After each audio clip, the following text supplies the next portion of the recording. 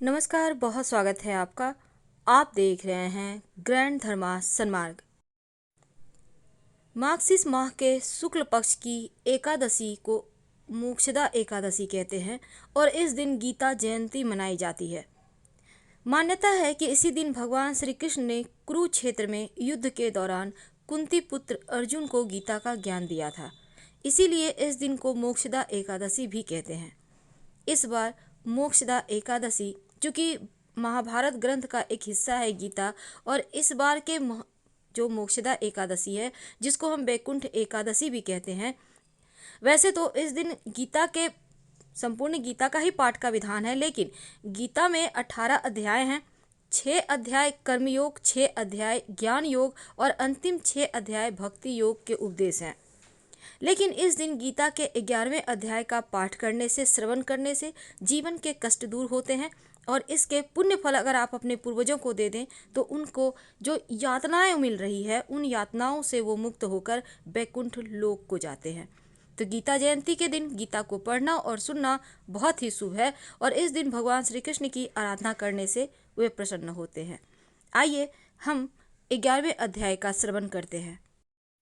जय श्री कृष्णा, राधे राधे। इस प्रकार भगवान के वचन सुनकर अर्जुन कहते हैं, भगवान, मेरे पर अनुग्रह करने के लिए परम गोपनीय अध्यात्म विषयक वचन अर्थात उपदेश आपके द्वारा जो कहा गया, इससे मेरा यह अज्ञान नष्ट हो गया है। क्योंकि हे कमल नेत्र, मैंने भूतों की उत्पत्ति और प्रलय आपसे विस्तार पूर्वक सुने हैं तथा आपका अविनाशी प्रभाव भी सुना है। हे परमेश्वर, आप अपने को जैसा कहते हो वो ठीक है, ऐसा ही है, परंतु हे पुरुषोत्तम, आपके ज्ञान, ऐश्वर्य, शक्ति, बल, वीर और तेज युक्त रूप को प्रत्यक्ष देखना चाहता हूँ। इसलिए हे प्रभु, मेरे द्वारा यह आपका रूप देखा जाना शक्य है।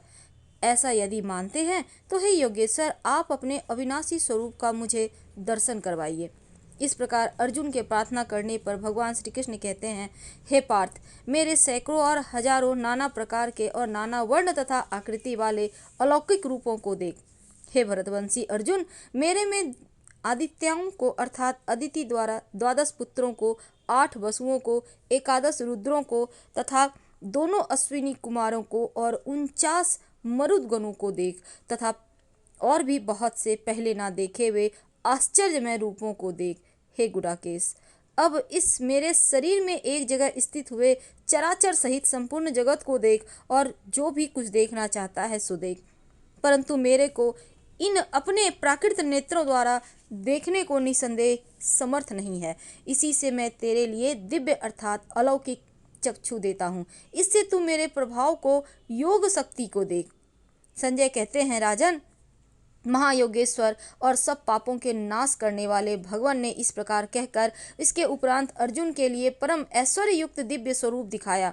उस अनेक मुख और नेत्रों से युक्त और अनेक अद्भुत दर्शनों वाले एवं बहुत से दिव्य आभूषणों से युक्त और बहुत से दिव्य शस्त्रों को हाथों में उठाए हुए और दिव्य माला और वस्त्रों को धारण किए हुए, दिव्य गंध का अनुलेपन किए हुए एवं सब प्रकार के आश्चर्यों से युक्त सीमा रहित विराट स्वरूप परमदेव परमेश्वर अर्जुन ने देखा।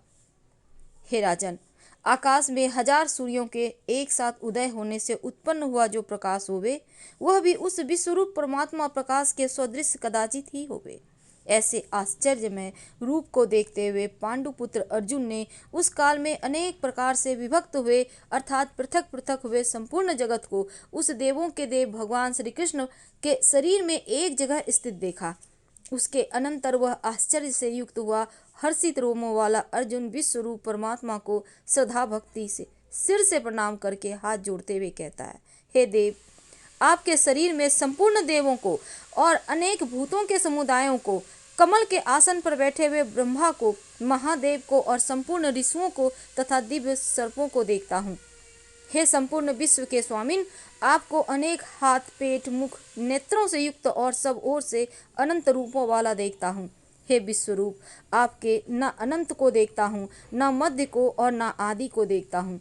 हे विष्णुवो, आपको मैं मुकुट युक्त, गदा युक्त, चक्र युक्त और सब ओर से प्रकाशमान तेज का पुंज प्रज्वलित अग्नि और सूर्य के सदृश ज्योति युक्त, देखने में अति गहन और अप्रमेय स्वरूप सब ओर देखता हूँ।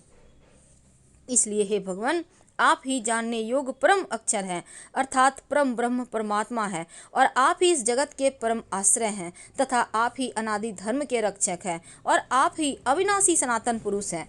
ऐसा मेरा मत है। हे परमेश्वर, मैं आपको आदि अनंत मध्य से रहित और अनंत सामर्थ्य से युक्त और अनंत हाथों वाला तथा चंद्र सूर्य रूप नेत्रों वाला, प्रज्वलित अग्नि रूप मुख वाला और अपने तेज से इस जगत को तापायमान करता हुआ देखता हूँ। हे महात्मन, स्वर्ग और पृथ्वी के बीच का संपूर्ण आकाश और सब दिशाएं आप एक से ही परिपूर्ण है और आपके इस अलौकिक और भयंकर रूप को देखकर तीनों लोक अति व्यथा को प्राप्त हो रहा है। हे गोविंद, वे सब देवताओं के समूह आप में प्रवेश करते हैं और कई एक भयभीत होकर हाथ जोड़े हुए आपके नाम और गुणों का उच्चारण करते हैं तथा महर्षि और सिद्धों के समुदाय कल्याण होवे ऐसा कहते हैं। उत्तम उत्तम स्तोत्रों द्वारा आपकी स्तुति करते हैं। हे परमेश्वर, जो एकादश रुद्र और द्वादश आदित्य तथा 8 वसु और साध्यगण, विश्वदेव तथा अश्विनी कुमार और मरुदगण और पितरों का समुदाय तथा गंधर्व यक्ष राक्षस सिद्धगण के समुदाय हैं, वे ही विस्मित हुए आपको देखते हैं।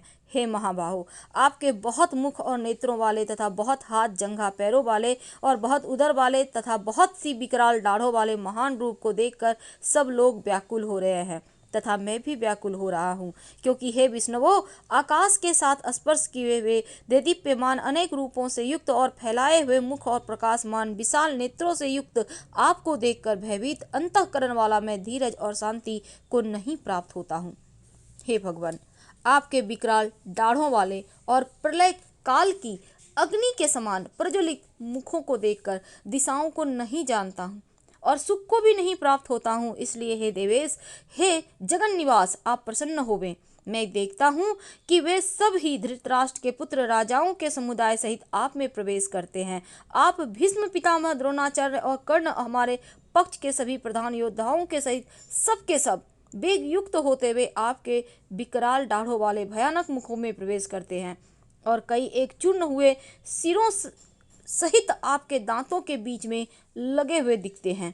हे विश्वमूर्ते, जैसे नदियों के बहुत से जल के प्रवाह समुद्र ही सम्मुख दौड़ते हैं अर्थात समुद्र में प्रवेश करते हैं, वैसे ही वे सूरवीर मनुष्यों के समुदाय भी आप प्रज्वलित हुए मुखों में प्रवेश करते हैं तथा जैसे पतंग मोह के बस होकर नष्ट होने के लिए प्रज्वलित अग्नि में अति वेग से युक्त हुए प्रवेश करते हैं, वैसे ही सब लोग आपके अपने नाश के लिए आपके मुख में प्रवेश कर रहे हैं अति वेग से, और आप उन संपूर्ण लोगों को प्रज्वलित मुखों द्वारा ग्रसन करते हुए सब ओर से चाट रहे हैं। हे विष्णुवो, आपका उग्र प्रकाश संपूर्ण जगत को तेज के द्वारा परिपूर्ण करके तापायमान करता है। हे भगवान, कृपा करके मेरे प्रति कहिए कि आप उग्र स्वरूप वाले कौन हैं।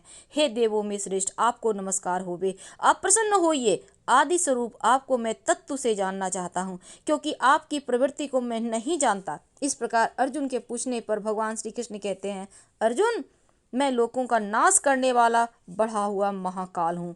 इस समय इस लोकों को नष्ट करने के लिए प्रवृत्त हुआ हूँ। इसलिए जो प्रतिपक्षियों की सेना में स्थित हुए योद्धा लोग हैं, वे सब तेरे बिना भी नहीं रहेंगे, अर्थात तेरे युद्ध ना करने से भी इन सब का नाश हो जाएगा। इसलिए तू खड़ा हो और यश को प्राप्त कर और शत्रुओं को जीत कर धन धान्य से संपन्न राज्य को भोग। और यह सब सूरवीर पहले से ही मेरे द्वारा मारे हुए हैं। इसलिए हे सव्यसाची, तू तो केवल निमित्त मात्र ही हो जा तथा इन द्रोणाचार्य, भीष्म पितामह और जयद्रथ, कर्ण तथा सभी बहुत से मेरे द्वारा मारे हुए सूरवीर योद्धाओं को तू मार। भय मत कर, निसंदेह तू युद्ध में बैरियों को जीतेगा, इसलिए युद्ध कर।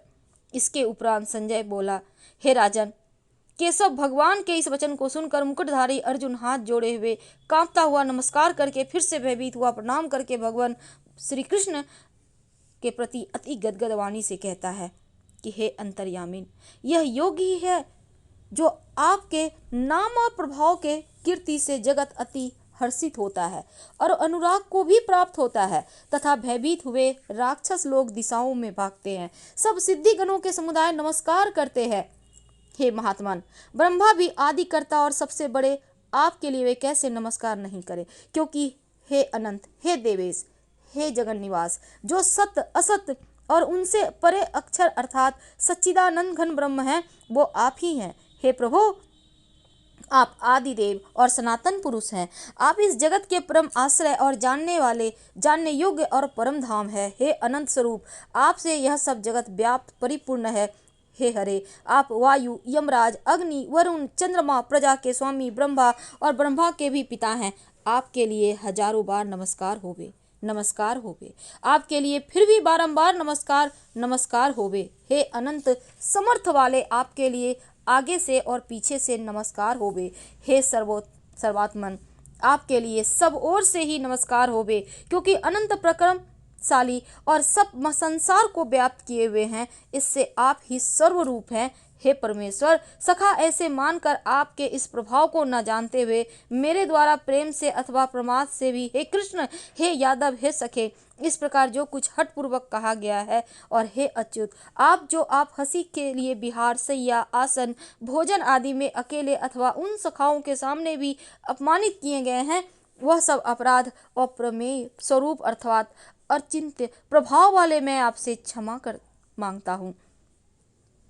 हे विप्रेश्वर, आप इस चराचर जगत के पिता, गुरु से भी बड़े गुरु और अति पूजनीय हैं। हे अतिशय प्रभाव वाले, तीनों लोकों में आपके समान भी दूसरा कोई नहीं है, फिर अधिक कैसे होवे। इससे हे प्रभु, मैं शरीर को अच्छी प्रकार चरणों में रखकर और प्रणाम करके स्तुति करने योग्य और आप ईश्वर को प्रसन्न होने के लिए प्रार्थना करता हूँ। हे देव, पिता जैसे पुत्र के और सखा के और पति जैसे प्रिय स्त्री के साथ ही आप भी मेरे अपराध को सहन करने के लिए योग्य हैं। हे विश्वमूर्ते, मैं पहले से न देखे हुए आश्चर्य में और आपके इस रूप को देखकर हर्षित हो रहा हूँ। मेरा मन भय से अति व्याकुल भी हो रहा है, इसलिए हे देव, आप उस अपने चतुर्भुज रूप को मेरे लिए दिखाइए। हे देवेश, हे जगन निवास, प्रसन्न होइए। हे विष्णुवे, मैं वैसे ही आपको मुकुट धारण किए हुए, गदा चक्र हाथ में लिए हुए देखना चाहता हूँ। इसलिए हे विश्वरूप, हे सहस्त्रबाहो, आप उस ही चतुर्भुज रूप से युक्त होइए। इस प्रकार अर्जुन की प्रार्थना को सुनकर भगवान श्री कृष्ण कहते हैं, हे अर्जुन, अनुग्रह पूर्वक मैंने अपनी योग शक्ति के प्रभाव से यह मेरा परम तेजोमय, सबका आदि और सीमा रहित विराट रूप तेरे को दिखाया है, जो कि यह सिवा तेरे दूसरे ने पहले कभी देखा ही नहीं। हे अर्जुन, मनुष्य लोक में इस प्रकार विश्व रूप वाला मैं न वेद और यज्ञों के अध्ययन से तथा न दान से, न क्रियाओं से और न उग्र तपों से और ही तेरे सिवा दूसरों से देखा जाने को शक्य हूँ। इस प्रकार मेरे इस विकराल रूप को देखकर तेरे को व्याकुलता ना होवे और मूढ़ भाव भी ना होवे और भय रहित प्रीति युक्त मन वाला तो उसे ही मेरे इस शंख चक्र गदा पद्म सहित चतुर्भुज रूप को फिर देख। इसके उपरांत संजय बोले, हे राजन, वासुदेव भगवान ने अर्जुन के प्रति इस प्रकार कहकर फिर जैसे ही अपने चतुर्भुज रूप को दिखाया, फिर महात्मा कृष्ण ने सौम्य मूर्ति होकर इस भयभीत हुए अर्जुन को धीरज दिया। इसके उपरांत अर्जुन कहते हैं, हे जनार्दन, आपके इस अति शांत मनुष्य रूप को देखकर अब मैं शांत चित्त हुआ और आप अपने स्वभाव को प्राप्त हो गया हूँ। इस प्रकार अर्जुन के वचन को सुनकर भगवान श्री कृष्ण कहते हैं, अर्जुन, मेरा यह चतुर्भुज रूप देखने को अति दुर्लभ है, यह जिसको तुमने देखा है, क्योंकि देवता भी सदा इस रूप को दर्शन करने की इच्छा वाले हैं। हे अर्जुन, न वेदों से, न तप से, न दान से और न यज्ञ से इस प्रकार चतुर्भुज रूप वाला मैं देखा जाने को शक्य हूँ कि जैसे मेरे को तुमने देखा है। परंतु हे श्रेष्ठ तप वाले अर्जुन, अनन्य भक्ति करके तो इस प्रकार चतुर्भुज रूप वाला मैं प्रत्यक्ष देखने के लिए भी और तत्व से जानने के लिए और प्रवेश करने के लिए अर्थात एक ही भाव से प्राप्त होने के लिए भी शक्य हूँ। हे अर्जुन, जो पुरुष केवल मेरे लिए ही सब कुछ मेरा समझता हुआ यज्ञ, दान, तप आदि संपूर्ण कर्तव्य कर्मों को करने वाला है और मेरे परायण है, अर्थात मेरे को परम आश्रय और परम गति मानकर मेरी प्राप्ति के लिए तत्पर है तथा मेरा भक्त है, अर्थात मेरे नाम, गुण, प्रभाव और रहस्य के श्रवण, कीर्तन, मनन, अध्ययन, ध्यान, पठन पाठन प्रेम सहित निष्काम भाव से निरंतर अभ्यास करने वाला है और आसक्ति रहित है, अर्थात स्त्री, पुत्र, धनादि संपूर्ण सांसारिक पदार्थों में स्नेह रहित है और संपूर्ण भूत प्राणियों में बैर भाव से रहित है। ऐसा वह अनन्य भक्ति वाला पुरुष मेरे को ही प्राप्त होता है।